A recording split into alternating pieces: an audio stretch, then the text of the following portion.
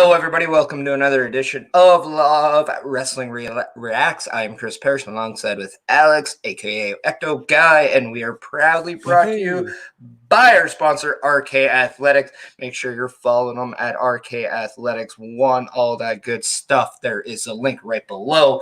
Make sure you contact Rich and you ask him, hey, man, I want to get some bicep curls. I want to start looking good. I want to be Santa with muscles this year, and I want to take on all the people that are entering my house for no reason, unless they have gifts and want to eat my milk and cookies, because that's okay.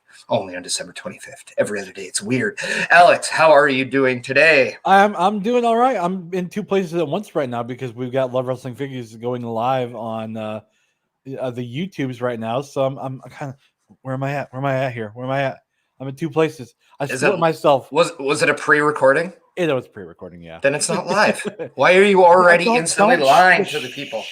Don't take away the facade. Don't pull back that curtain. It's like, hello, I taped something this morning and it's now playing, but I'm believe I'm in two places at once because I could use a clone.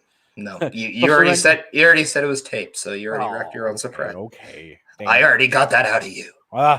Kayfabe, bro, kayfabe. Oh, come on. It's 2021. Haven't you heard the rumor? The IWC has now officially stated that kayfabe is dead.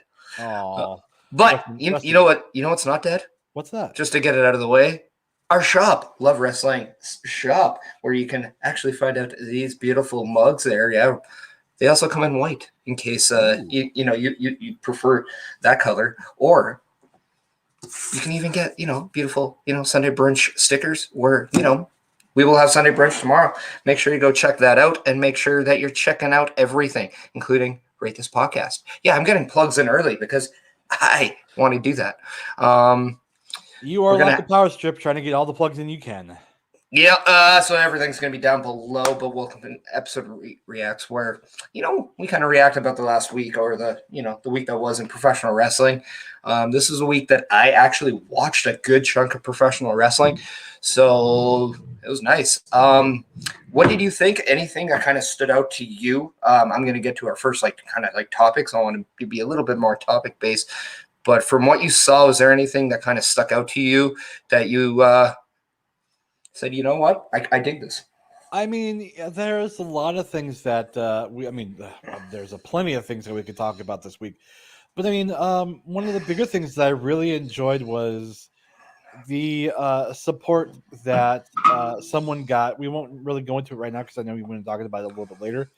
The outcry of support from the community and from one Tony Khan for a Jon Moxley as he took a step back, which is always a good thing to do to get himself right. I know he's dealing with a lot of things right now. So, and like I said, well, I know we're going to get into that later. So, but that was, very positive on my end. Like, it's nice to see when people have a support, somebody backing them up and saying, hey, man, I know you're going through a tough time right now. I got your back, though.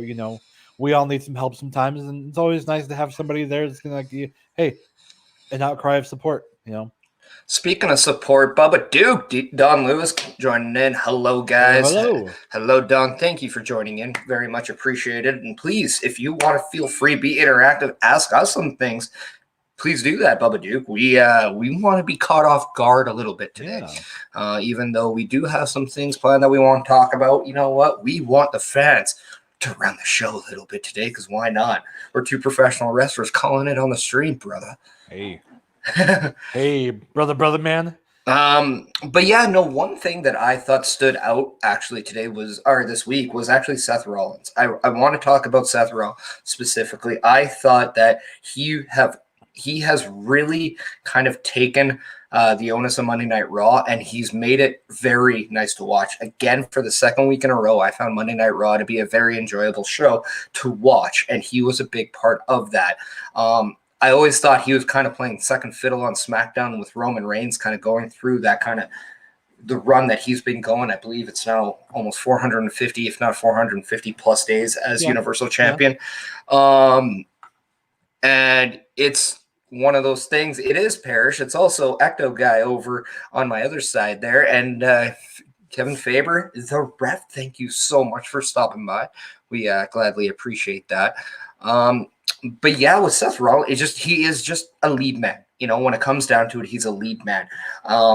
So that ladder match we saw last week was absolutely phenomenal. Kevin Owens was unreal. So Seth Rollins coming in, knowing that he has that shot next at WWE champion Big E. I just it's a fresh matchup. It's something I'm looking forward to. But Seth Rollins is just planting that the flag that is his show. He's the guy, and I really like that because I do feel Monday Night Raw, even though Big E was the champion, he hadn't exactly put in the stake yet that this is his show. He's still evolving as a WWE champion. So it's kind of nice to see someone like Seth Rollins who are like, boom, here it is. And we've known lately that he's not a guy that's necessarily crushing talent on a rise. He's somebody that's actually, help elevating wrestlers as well as he's doing it. Don Lewis saying it's about time talent step up and make it something to watch again. I couldn't agree more. Yeah. And 3 hours, it's actually not an easy show to put in. And we've known from experience Monday Night Raw is not the easiest show to watch at times. But lately, it's been a home run. And when you can make 3 hours of watching professional wrestling fly by, I think you're doing a good job. And then 419, I believe the last defenses in Punk. You know what? Different story, though. Roman Reigns is a heel for the majority, if not the entirety of his career. CM Punk was a babyface for the most part. It's kind of going against fighting champions and guys that are kind of like, you know what? You got to prove yourself to face me, kind of the deal. More of a big time fight opposed to a fighting champion in my thing. Okay. So anything that kind of, I think I know where we're going to go on this one, but anything in your opinion that kind of you didn't like, or you're just like, really like this, don't get it. Like what's something that kind of stuck out to you like a bad thumb? I mean, we can go for the low hanging fruit. We could talk about the releases if you want to. I mean, it's a hot topic right now, but I know that you're probably tired of hearing about it, and I'm not necessarily tired of hearing about it because it's kind of an expecto when it comes to WWE, but it's still unfortunate all the same.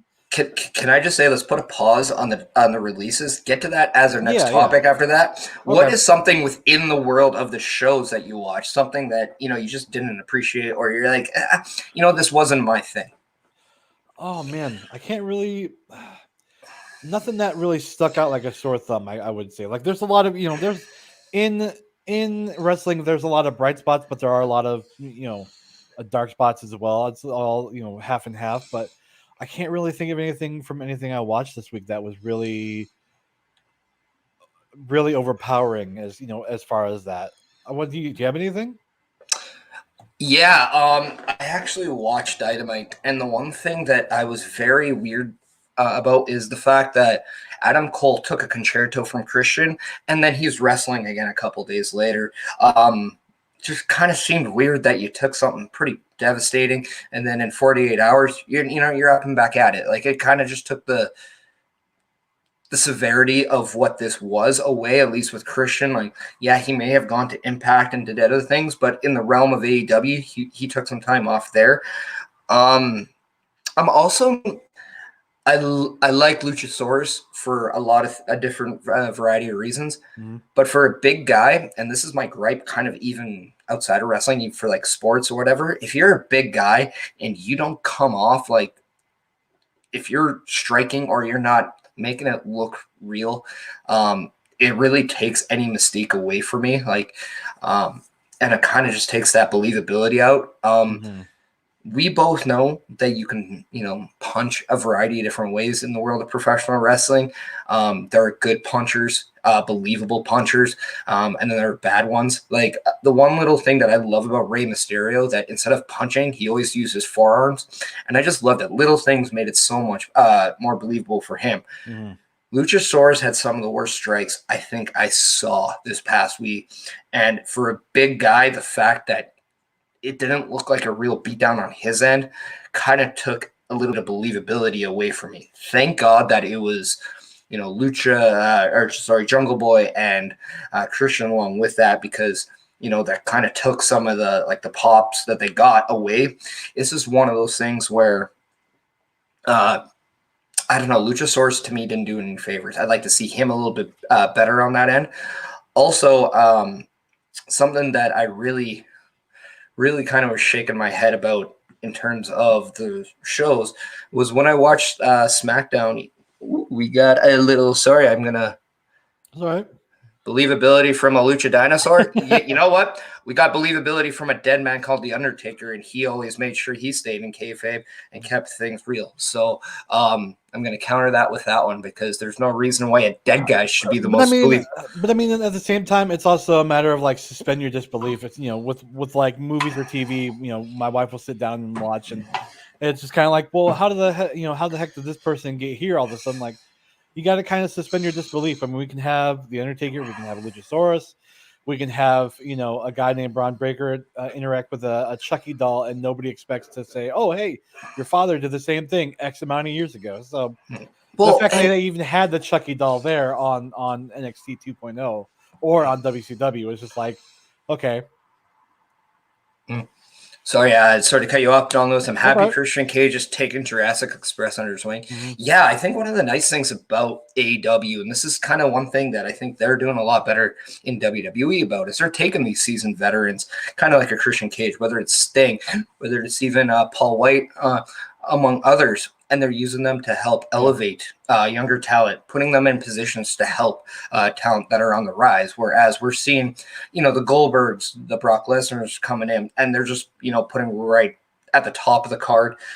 Even though Brock Lesnar's a completely different story, I think he's an exception of the rule. But, Goldberg, I would like to see more of, maybe the stuff he was doing with Dolph Ziggler, maybe working with those kind of talents a little bit more opposed to, the top, even though I will give him credit. His match against Bobby Lashley at Crown Jewel was probably one of his better performances in a long time and really helped benefit Bobby Lashley out of that. Yeah, and I think that on the same point, he could definitely go work with like a Big E. I know that's been a dream match of Big E's for a little bit, and that could at least, if anything else, add a little credibility to his title run. Not that I'm saying that he doesn't have the credibility there, but it just kind of like Kofi. Like Kofi had his run, and not to discredit him, but the caliber of people that he wrestled in his run just wasn't really there. Like he wrestled Dolph Ziggler, he wrestled Orton, but there was never any standouts until Brock Lesnar, and that we saw what happened with that. I just want to also touch on the Joe's comment because I know. Well, hey, thank you, JPJ, for coming in. We appreciate you, and even if you know what, JPJ, if you're available and you want to hop on, go right ahead because I'd love to have you. I know Alex would love to have you. You're just a welcome addition to any stream that you're in. So please come aboard if you can.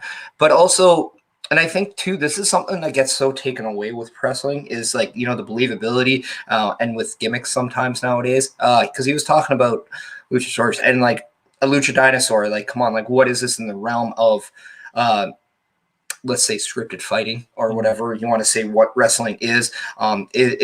It's an entertainment show. Let's face it. And you can do it more entertainment based like WWE, or you can do it more pro wrestling based like AEW. Mm-hmm. There, in a nutshell, there, people. Yeah, okay, I get what you're saying. Like if we're looking at it from like a gimmick base, then okay, Luchasaurus is fine. But when you're taking a look at the wrestler himself and you want to do look at the believability of like how he's punching, then yeah, I understand where you're coming from. I had a match a while back against my brother, and we had another friend of ours come out and do a run-in to stop the match unscripted, and it was because we were told that everything was we were pulling our punches, and I meant we were probably pulling our punches, and it wasn't looking any bit of good. So I can understand where you're coming from with that, like especially something as big as daunting as Luchasaurus. He should definitely look like he's putting some power into his punches, and if he's going soft on the guy, then it's not going to be as believable. Well, my thing is that the more you look like you're putting everything in, the more believable it's going to come off to everyone who's watching it. Therefore, they're going to get more into you. Like, I think when we watch movies, when You know what? I'll use Transformers as a great example. I'm also Okay. going to take this comment off because I realized I had it on for way too long. But when you go to Transform, when you're watching the Transformers movies, one of the coolest things is when you're watching the big Transformers kind of go at it. They're not, uh, doing fluffers on each other. Like they're Yeah. going hard, and because of that action, because of that pace and that brutality, it makes it a little bit more like, yeah, all right, get them. It's kind of like that boxing fight. Like we can watch a boxing MMA fight, and if they're not doing anything or they're doing something that's like They're just hugging. Yeah. yeah, and you're kind of like, it just takes your excitement away. With Luchasaurus, I just find like the bigger you are and you present yourself in pro wrestling, if you don't get that excitement out of the moves or your strikes, you're doing a disservice to yourself in the long haul. And then I use Sting as an example. Sting was someone that, regardless of who he was against, he would always, like, whether or not he's coming in with a punch, he's always coming with a backhand, but he's always making his strikes look believable, like they're survival, Yeah. or, like he's always in the fight. And that's what I like about some of those guys. And really, it takes away that. I think that helps with that perception of suspending your disbelief, is that at least you look believable in what you're doing.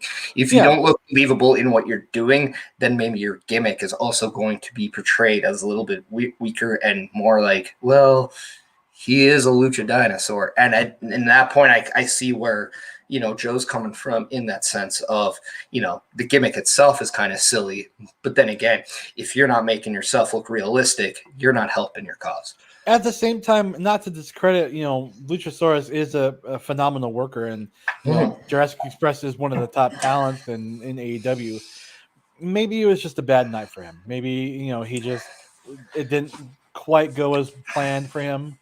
We've all kind of been there where we expect one thing, but something else happens. So Yeah, no, and that's just the thing. Like for me, I'm a stickler to the little things, so yeah, it's just one of those things that for me it was like, oh, it's just a little disheartening to watch, because I was like, oh my god, like I thought the segment he really could have stood out, and he just was kind of like the one where it's like, instead of him being the top guy that stood out, he was kind of at the bottom end of it, and it's really hard to watch because I wanted him to finally get there. I'd love to see him. I'd love to see him be put there in the same classes as some of the top guys in terms of it, like work a guy like Paul White, or like maybe even have a match against like Hangman down the line. Like I want to see him elevated into that status at some point. It's just things like this I don't think are helping him. You did talk about the cuts and the releases, and I want to go back to Don Lewis's "It's About Time WWE Let Nia Snacks Go." Come on, we don't want to make fat jokes. That's not what this is about. But however, she is someone who I was kind of relieved to see go if they're making cuts, simply because she always took time away from people I wanted to see in there. So with that being said, what did you find about the cuts? What kind of jumped out to you in terms of reaction? Who was cut? And kind of talk. Let me know what your opinions were about it. yeah. Just overall, like there was a lot of unexpected names on this list. I mean, the biggest that you could say are Keith Lee and Karrion Cross, along with Frankie Monet, Scarlett, who we'd expected to see, but we really haven't seen since NXT. Mia Yim, along with Keith Lee. Nia Jax was definitely one that I didn't see happening because of her lineage, and she's kind of falls under that protected umbrella a little bit because of who she is and who her family is. um there is a couple of the names that I was kind of like, okay, well, you know I hate to see them go. I would love to see who they put a name to the face. um but like I said, those are the biggest ones that stood out, and luckily for a lot of them, it's been more in a positive light than a negative light. I know Frankie Monet, Taya Valkyrie, has already come out and said, hey, she's got her apparel thing going on. And Scarlett Bordeaux has the same thing. She's going to be working and maybe starting her own apparel line. And um, Karrion Cross or Killer Cross, however you want to call him now, he's already come out to say like, yeah, I've been listening to you guys. The helmet was crap. The whole gimmick that they put me on the main roster was crap. But just wait a little bit. You're gonna see a little more out of me. Don't just don't throw me to the wayside yet. As far as like Keith Lee and Mia Yim, I haven't seen too much from them, but I know wherever they go or whatever they do, they're going to be a huge success. Um, Going back to like the Nia Jax thing, so I've been very, she's been very negative for me because, you know, she had a good run as a champion a couple years back, and she, was believable for a little bit. But then there was a lot of negatives that surrounded her and her name. Even some memes that came out of some things late last year. So I didn't really necessarily like her. I wasn't really rooting for her back then, especially with like a lot of the botches that she could be at fault for, some that maybe she's not necessarily at fault for, and definitely with like this whole Charlotte and Nia Jax thing recently, where they kind of shot on each other. But to find out the circumstances of why she may have been let go, that's the disheartening part for me. It's just like, okay, well, somebody wanted to take some time to get themselves right, and from the reports we've read, or at least the ones I've read, is that she wanted to take an extension on a mental health leave, and instead of receiving a yes or a no, she just got released. So it's kind of like, okay, well, the WWE can't not be at fault for that because somebody just wanted to take time away. Maybe that's something that was going on through her mind with the Charlotte match. Is like she needs to have that time away, but they did what they did. So now I'm kind of on the side of Nia Jax. I wish her all the best and hope that whatever's going on with her, gets fixed, and she gets it taken care of. But now she's got another problem to worry about. Not having a job. Yeah, I think something that we all got to kind of take into account. The one thing I've learned, just since being in love wrestling, you can read so many things online. Yeah, and they're not always going to be all accurate. There's also another side to a story that we haven't seen yet. yeah. So I'll kind of give it like a few months and kind of get more information in regards to like the Nia Jax. But like I don't like I'll say this starting off. I don't want to see anybody lose their jobs. I think that's disheartening. I think that's it's unfortunate. However, I don't think the situation of people getting released in professional wrestling when there's options is necessarily an instant negative, because we know that the Mia Yims, the Karrion Crosses, the Scarlett Bordeaux, the Keith Lees, they're going to be just fine when it comes to opportunities. And sometimes it's a matter of like the worst thing right now can seem like the best thing. Like we've seen, Matt Cardona flourish so much since being released last year. So and at the same time, like he was just, before he was released, he was really considering it, like whether or not to resign. And then, he gets the release, and he's even come out to say like it was the best thing for him.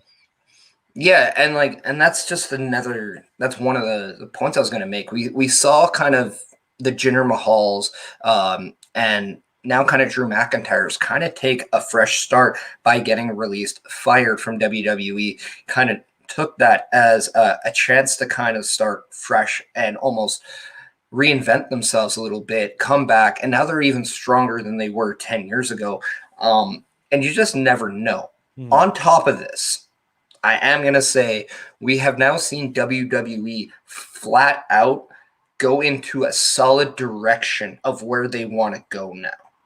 Before, I would say almost this time a year ago, we were unsure with all these releases of like, hey, why is this guy? This guy's very beneficial to you. Why that guy? He's very beneficial to you. This made no sense. Why did you call them up? Just like in the case of BFAB. That one could have been very confusing for people.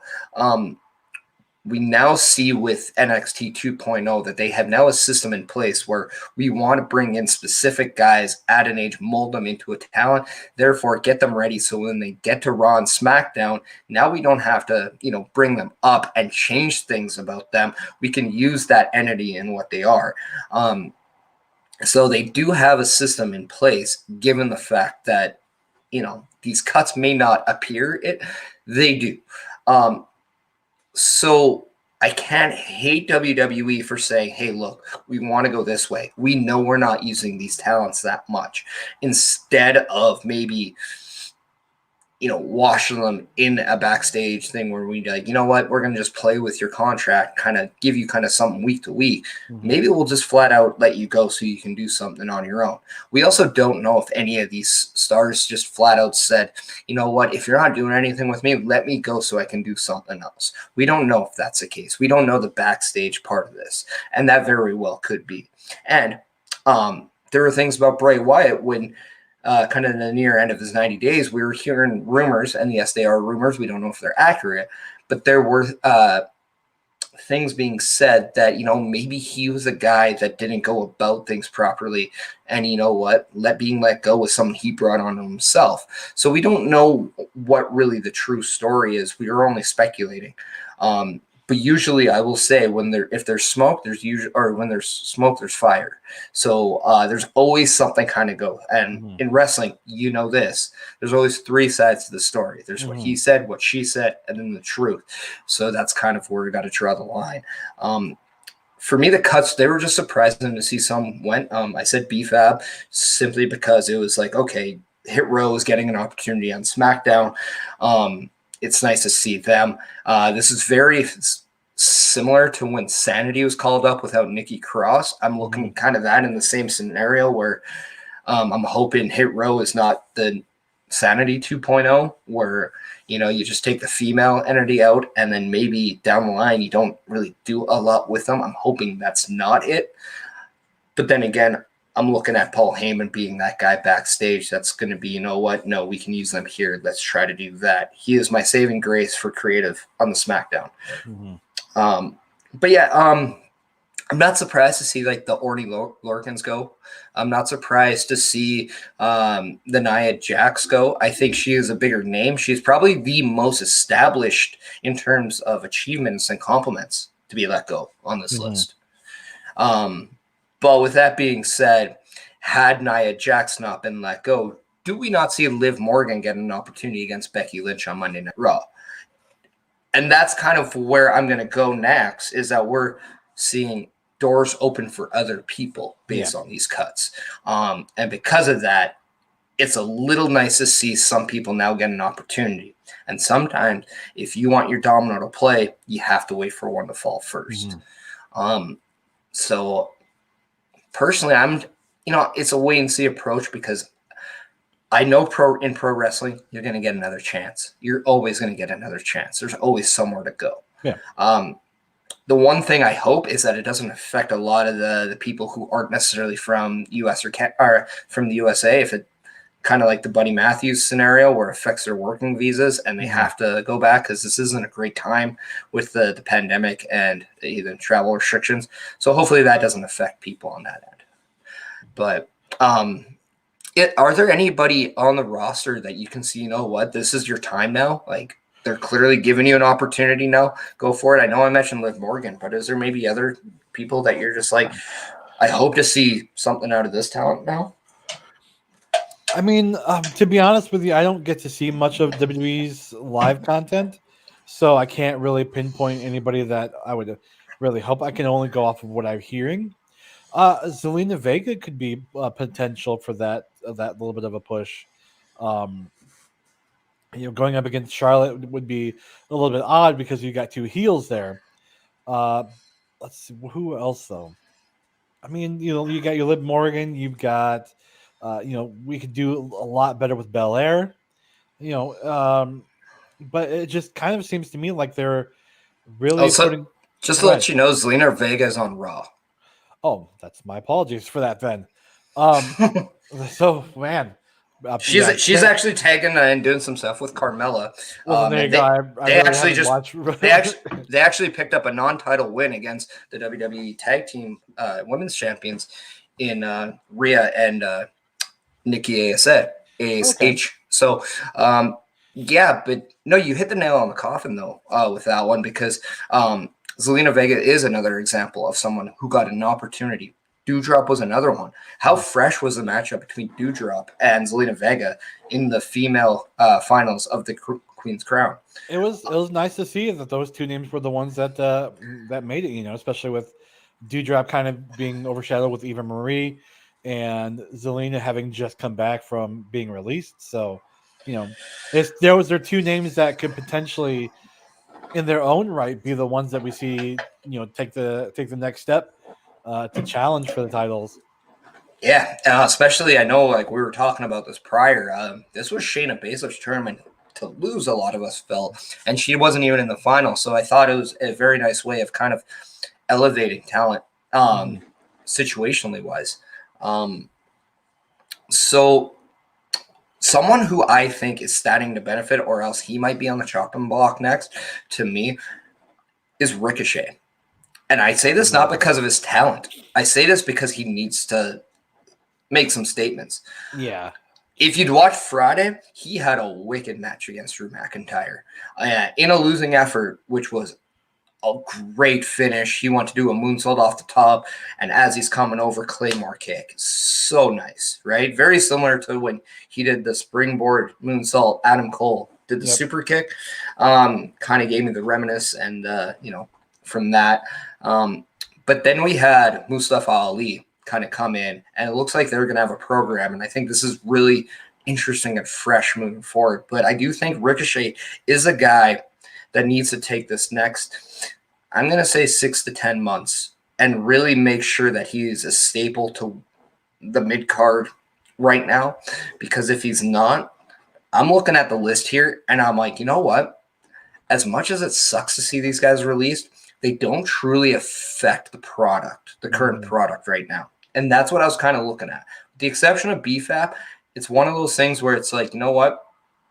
I don't think she affects anything too big, but she is definitely a dent in a current thing with Hit Row. However, that's just it. And right now I'm trying to find out, are there any pieces on the roster right now that if you pluck away right now, do they really change the product? Yeah. And I could see Ricochet possibly being one of those guys. Not to mention, we know the contracts of, Sami Zayn and Kevin Owens are coming up, or that's what the speculation is. So with those potential guys, whether they re-sign or not, if they aren't, there are another doors opening. With Sami being on SmackDown, there's that hole. With Monday Night Raw, I see Riddle being a very important part in the next 8 months in WWE.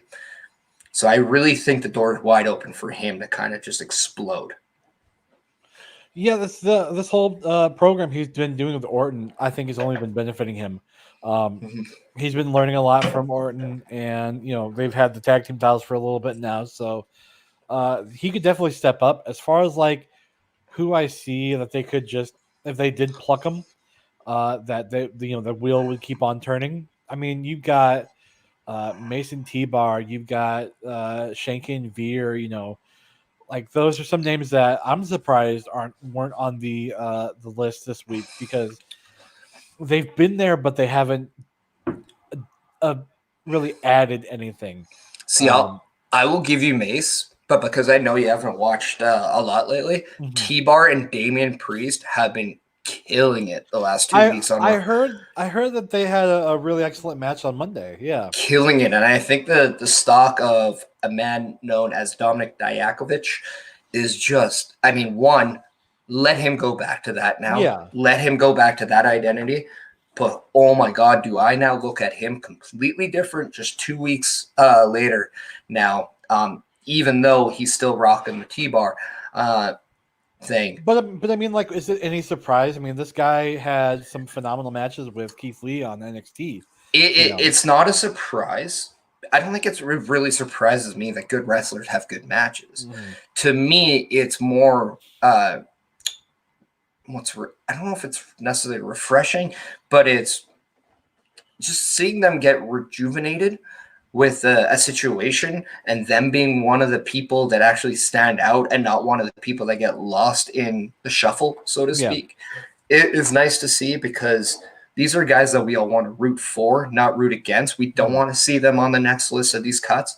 So it's very positive to see in terms of momentum. And we know in pro wrestling, momentum is huge. It's like if you don't have the steam, you very well could be on the back burner. And we all know you don't want to be on the back burner. Yep. Speaking of the back burner, the evolution is officially over. Yeah. I don't care. I don't know about you. Like, to me, it's like I thought Carmella was doing this better anyway. And she's like, you know what? Like, we don't need it. Eva Marie, we have Carmella. Mhm. And that's kind of where I see a few of these. It's like, you know what? Like, I saw a tweet from someone saying, hey, we're going to release these guys because we have them already in the system and they're a fraction of the cost. Mhm. And I take my emotional aspect away from the talent away. And I'm like, that's just smart business. I mean, It sucks to see specific talent go, but yeah, I mean, especially it's since the fact that they just brought her back.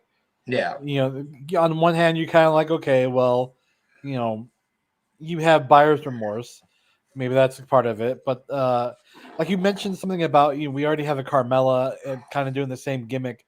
And maybe not to try and justify it, but maybe they were trying to save face because you can have, so many kids in the pool, but if you've got too many kids that have too many of the same inner tube, that's a terrible, terrible.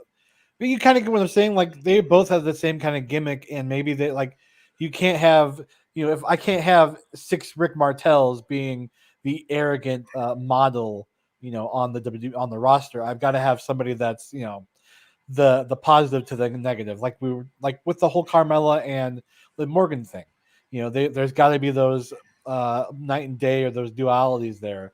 So having too many of the same kind of gimmick maybe is a bad thing with Eva Marie. I will give Eva Marie kudos because if it wasn't for her, I don't think we would have saw a rise of the artist formerly known as Piper Niven, the Dewdrop character. She got a really good push, and her situation, her stock rose, and it was basically associated with Eva Marie. So at least at the very end, the run of Eva Marie helped somebody like Piper Niven come to a main roster, be put in a position, now succeeding. Now she can run on her own legs in that realm. And it's very refreshing seeing that because now she is a staple on the women's side of the Raw division, Raw women's division. So at the very least, I'll give her very high praise for that because it's not like she was a complete waste or a complete whatever. And she also had a really good match with Alexa Bliss. I'm not going to take that away. I actually very much enjoyed her match there. So I do hope that we get a bad pun. I do hope at some point we do get Piper Niven back, even if that's like a heel turn, and she's like, you know what, f this whole Dewdrop name. I'm Piper freaking Niven, and kind of goes back to that. But that's fantasy booking, I guess, right now. Brian McKenzie, thank you so much for joining in. He's like, when do you think Bayley would come back, and who do you think she will feud with? I believe Bayley's 2 or 3 months into her injury and her recovery, which I think was 9. So I'm gonna say probably just after WrestleMania. Unfortunately, I think that's kind of the timeline. I'd love to see her with Liv Morgan. And I'd really like to see her be put in a position where she can help out someone. However, man, depending on the state of the female division, if you need a star, very much like when Becky Lynch came back, and I know a lot of people didn't like necessarily how she came back. But if you can make an impact with the name Bayley, you do it. So I don't know. To me, maybe Bayley and Becky would be refreshing too. We haven't seen that in a while. Maybe Bianca, maybe Rhea Ripley. I don't know. It's really hard to say because who knows who's gonna take a step forward in the time that she's gone, and I think that really plays a part with it. And not to really go off of rumors or anything, but I did see a picture of her on Twitter where she had a clock carved into the back of her head, because she does the whole, getting the haircut with the little gimmick in there. Yep. And she had a clock in there. So I would wonder, maybe could we see her come back a little earlier in maybe a Royal Rumble? It wouldn't surprise me if this everything went a little bit better. Like with modern medicine now, it's insane with how athletes can recover. It's just absolutely impeccable. More people can be like the John Cena now than before, because instead of being a freak like John Cena is and be like, hey, I tore my pec, but like in 3 hours I'm fine. We're seeing a lot more people. I mean, one, just take care of their bodies a lot better.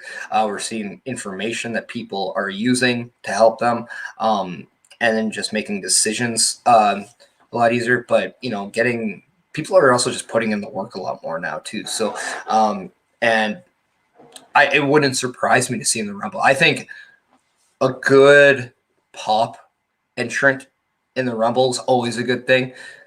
It's also something we haven't seen in the female Rumble yet, so I wouldn't be totally against that. Yeah, not yet. I would love to see a little. Actually, I guess maybe Trish would have been the only pop for someone, and maybe not a good current pop, like nostalgic pops. And I get what you mean, like that whole the whole first two Rumbles for that they had for the women's. They've had a lot of legacy talent come back in, so that you could get your pops from there, but definitely like having a modern day person come back in and get that kind of pop would be a bit of refreshing, And I definitely could see it being Bayley. Like we've had, she's been on her game, as a heel.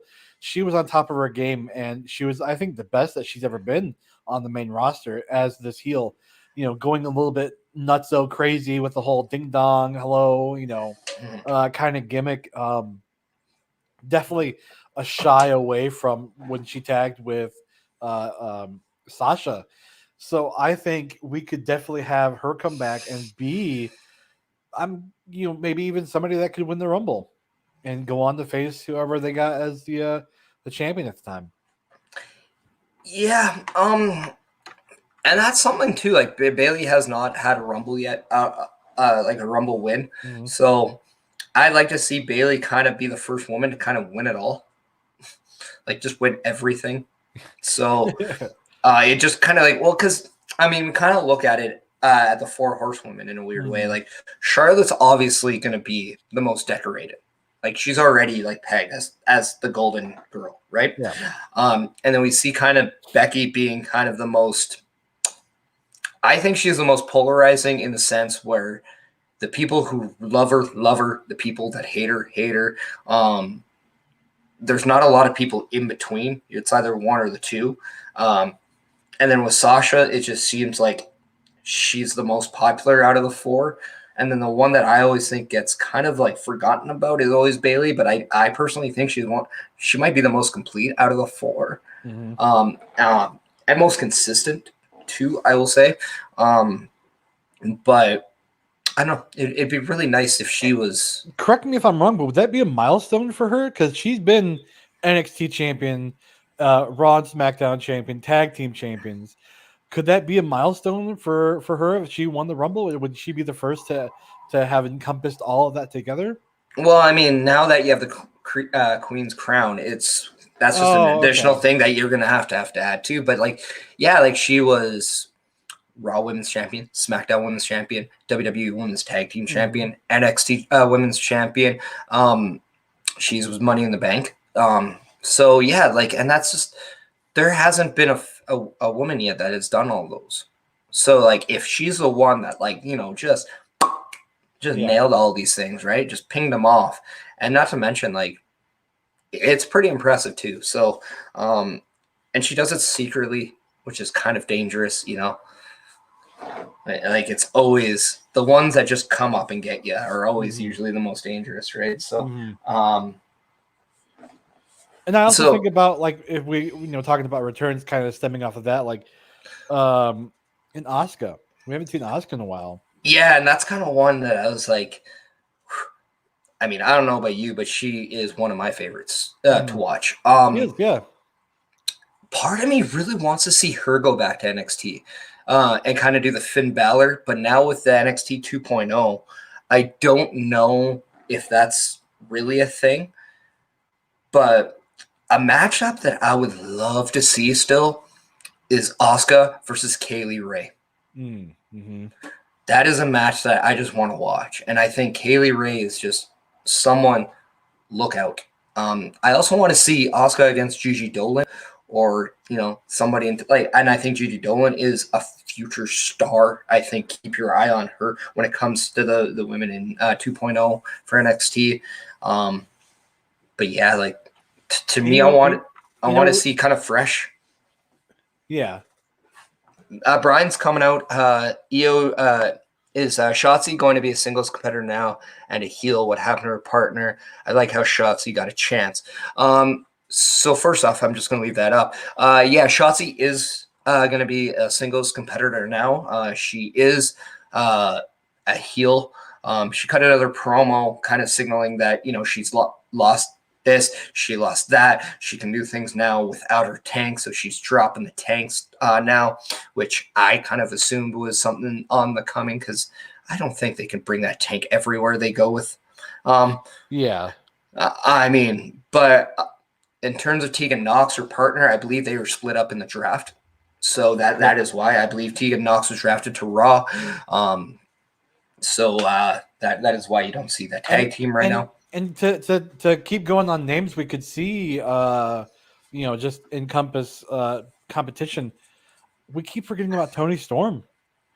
Toni Storm's on the main roster, and she hasn't been really seen lately. So there's plenty of options to go for like a title shot. Since we were talking about Nia Jax not being there anymore, there's plenty of options. I'm going to throw a scenario at you because I was thinking about this when we were talking not only about Doudrop, but also, in regards to the tag team champions that are Rhea Ripley and Nikki ASH. I would love to see, just go with me, a split between Nikki and Rhea, but a pairing between Nikki and Doudrop. That'd be a hell of a face tag team. And when you think about two women that are taking completely different gimmicks and kind of coming together and making it one stronger thing that where they can take something, and maybe it's not the best look on them, but they can succeed with it and overcome and fight. Like, I think these two women are just absolutely fire, and this could be a very upcoming thing. And Rhea, I've always liked her more as a heel than a face. So I would like to almost see that as her being the villain to that almost. So it'd be very comforting. And then maybe we're seeing a pairing of Toni Storm and Rhea Ripley going up against this team. And I just have to fact check. So I'm not too sure where Toni Storm is currently. I believe she's still on SmackDown. Yeah, I'm just going to check it out. But I don't know, I think, I know that they've been doing a lot of odd couple tag teams in the recent years. Like they did The Bar, they had Io Shirai and Zoe Stark on NXT. So and then this whole Rhea Nikki ASH has kind of been that odd couple tag team scenario. So it'd be nice to just see like two straight up faces tag together. We could even see like not to overbear on the gimmick, but we could see a Doudrop, become like a superhero. And then going back to what I said earlier, we could have that be the turning point to where she turns heel and just like, no, I'm Piper Niven. How do you do it? You take one of your biggest babyface gimmicks that you have on the roster right now, and Yeah, it all depends on what their long-term creative aspect is for Doudrop. So it'll be very interesting. I don't know. What do people in the chat kind of think about this? Because I think there's a lot of potential ways you can go. Obviously, who doesn't like that kind of fantasy book? We all do. Hell, we did a fantasy draft. So, which I clearly won. Clearly. Jesus. I mean, We're gonna be arguing about it for a long time. We'll be arguing about that back in January when I come back to Love Wrestling. hey, when Wrestle Draft 2 comes, I'm just gonna say, hey, I'll defend. But with that being said, speaking of defending, I think we're going to take the time now to also defend something, and that is the fact that Jon Moxley took some time away from professional wrestling to seek help for an addiction to alcohol. And this was very important. This is not only something that is within the realms of professional wrestling in the sense that it affects the show, but this is also a personal choice that he has done. And we also want to make sure that everyone out there is understanding that this is a very significant step taken by Jon Moxley. And the fact that he was strong enough to take a chance to ask for help and do a positive step forward is very beneficial, not only for him, for his wife, but also for his newborn. Mm-hmm. So we just also want to, go out and say we support Jon for this. We're very proud of him for making this decision and taking that right step. It shows a lot of courage, a lot of strength, and we very much like to see this story happen in professional wrestling and let understand that people in the professional wrestling world also have personal demons that they also have to fight as well. So the fact that Jon Moxley is being proactive with his life and taking the right steps to benefit, we're very happy to hear. Alex, I know that you were wanting to talk about this. You want to talk about the AEW support. So let's dive into that. What were your thoughts, and what were the things that you were very happy to see that came out of this? If you allow me to go be a little candid for a little bit. Yep. So my father was an alcoholic. Is an alcoholic. Growing up, it was always a matter of like, what's tonight going to be like? How is he going to be tonight? And I saw him given an effort, but it was never a good foot forward effort. And, eventually he, my mother divorced him. My brother and I, kind of cut ties with him. He lost the childhood house that we grew up in, and now I have no idea where he's at. I've heard that he's gotten better, and I've heard that he's maybe still rocking the bottle a little bit. So hearing that somebody, especially somebody that I respect in the wrestling world, wanted to take a step back, and not only for himself and not only for those around him in the ring, but for those of him at home, it is a huge, huge thing for me. It's always hard to ask for help, especially when you maybe come from that sort of stubborn, proud mindset. But when you sit back and think about it, and when you have such support that he's had, it's not a bad thing. You don't have to be so proud, and you don't have to be so stubborn anymore to get help. When you have support like the AEW family, like the AEW community, the fans, his colleagues, us here at Love Wrestling, everybody on the social medias, it's especially the generation that we grew up in. Having somebody go and get the help that they need in any facet, whether it be an alcohol addiction, a drug addiction, whatever it may be, mental health, go get it. We're behind you 100%, and it's only going to be beneficial for you in the long run. Yeah, and something else I wanted to touch on is the tribute that CM Punk did on AEW. And I have a lot of personal opinions about mixing personal and professional. But what I think is very important to take away with AEW is that it was an instant support system for Jon and his family. And I think that is the most important story to take away from this, is that if you need help, if you need to go somewhere else to get better, understand that that is not only the best decision you can do, but it is also the smartest thing for everyone. And always make sure that you have that support system, regardless of where they are, regardless of it is. Understand that there's always somebody there who wants the best for you, wants to help you.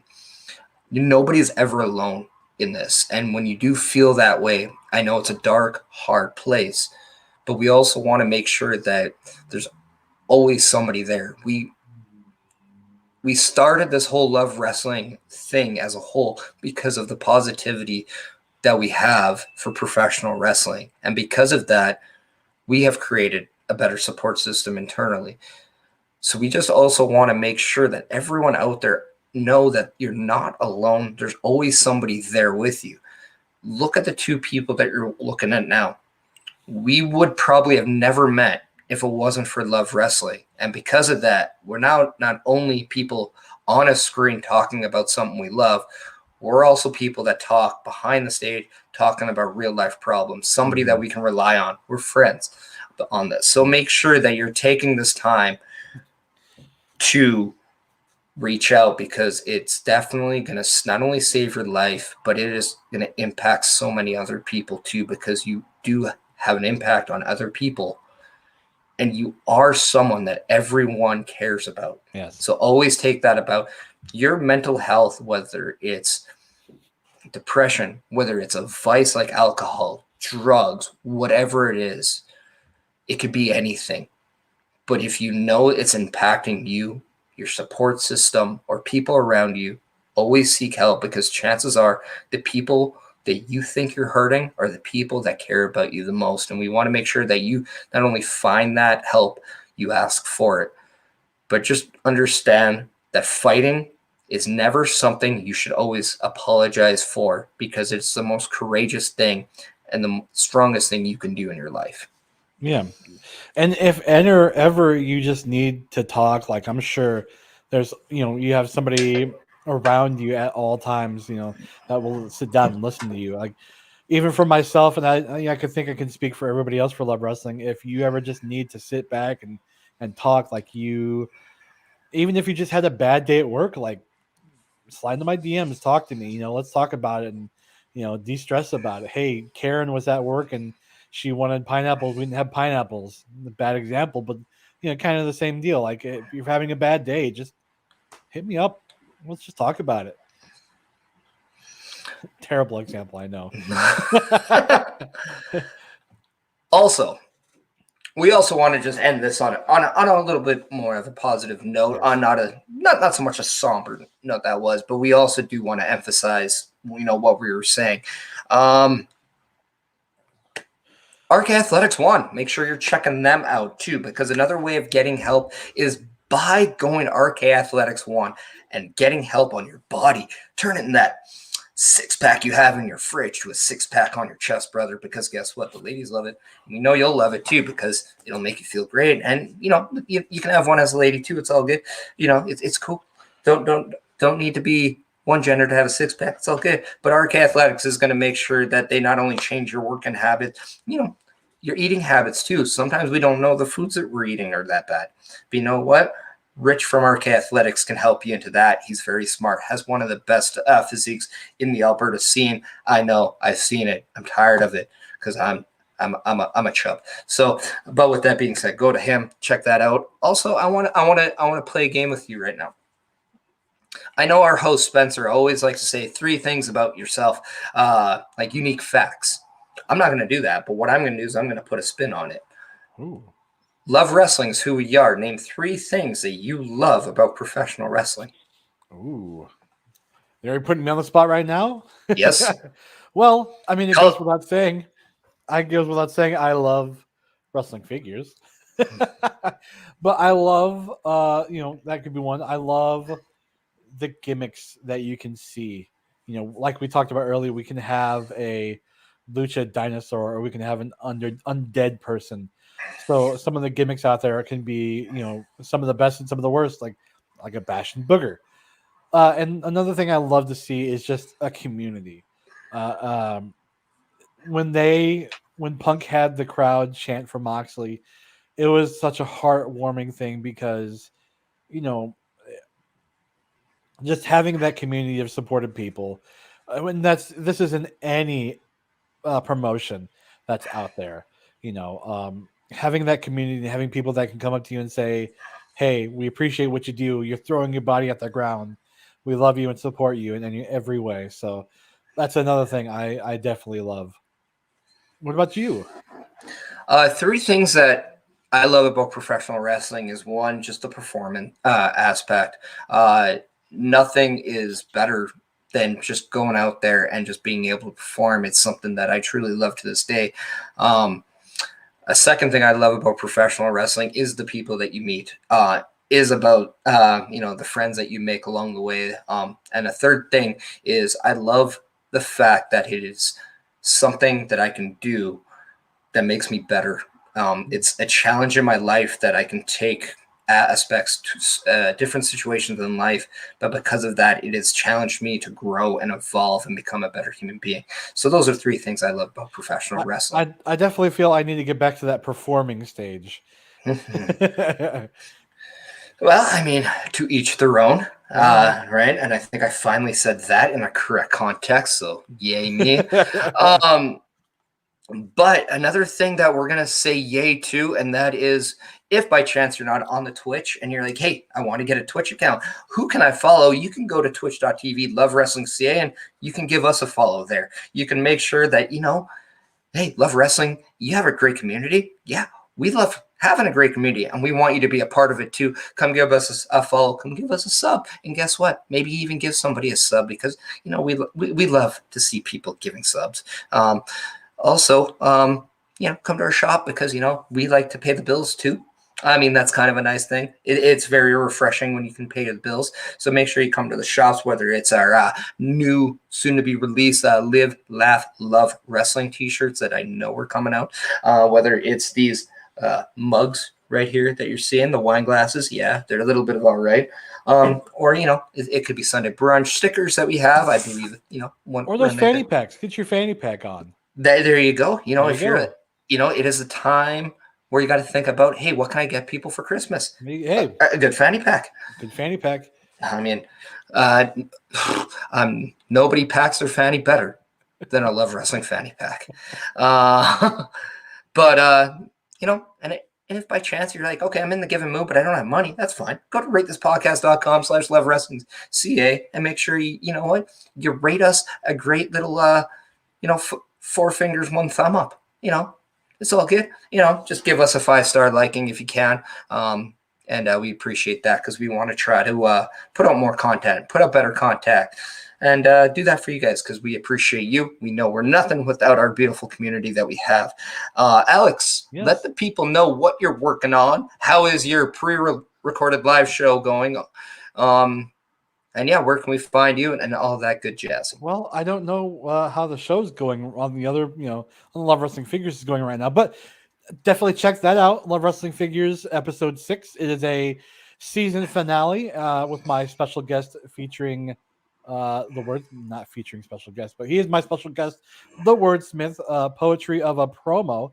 I said it right this time. As far as for me, I will be on Blowing Off stream tonight at 10 p.m. Eastern.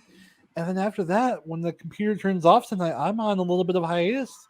I'll be gone for a little bit. I'm taking some time to move and relocate, get my wife into a better place so that we can get away from each other a little more often. But I hear rumblings. I'll be back. Oh, around the Rumble. So, but until then, you can check me out on Twitter at EchoGuy87 and on Twitch occasionally. It's kind of empty right now, but in the future, hopefully, it'll be migrated back to more content. And Love Wrestling Figures will return in the future. So make sure you stay tuned for that. It's weird that the first person to hear rumblings about yourself is you. I'm glad. Yeah. Don't tell anybody else that I know that, That only threw me for a Fruit Loop because they're delicious. Hey. Yeah. Sounds like your tummy's rumbling. Hey, it's always rumbling. That's why I'm a chub. All right. That's why I got to go to RK Athletics and Yep. get that 6-pack, Yep. brother. That's something else I need to work on. Only because Rich owes me beer. Just kidding. He Yeah. doesn't. But no, you can always follow me at Chris Parrish on the Twitter, at the Instagram at Chris.Parrish, on the Twitch at the Chris Parrish. But always make sure you come to lovewrestling.ca to find out all the good stuff. There are so many interviews going on Love Wrestling that, you know what, we might as well just put out, I don't want to say discography, but if you have a long drive going on, you might as well just listen to interviews from Love Wrestling, because it'll make that drive go like by their time. I know this because I did a 5-hour drive last weekend, and that's how I cleared the time. Boom. I felt like I was going to get a speeding ticket because it went so quick. But yeah, so make sure you go and check out lovewrestling.ca. We appreciate all the support. We appreciate all the love. And we also want to make sure that regardless of what's going on behind the screen and in your personal life, that you always make time for yourself. It's the most important thing you can do. Always keep fighting, but always love wrestling. Thank you so much for joining us. Have a good night.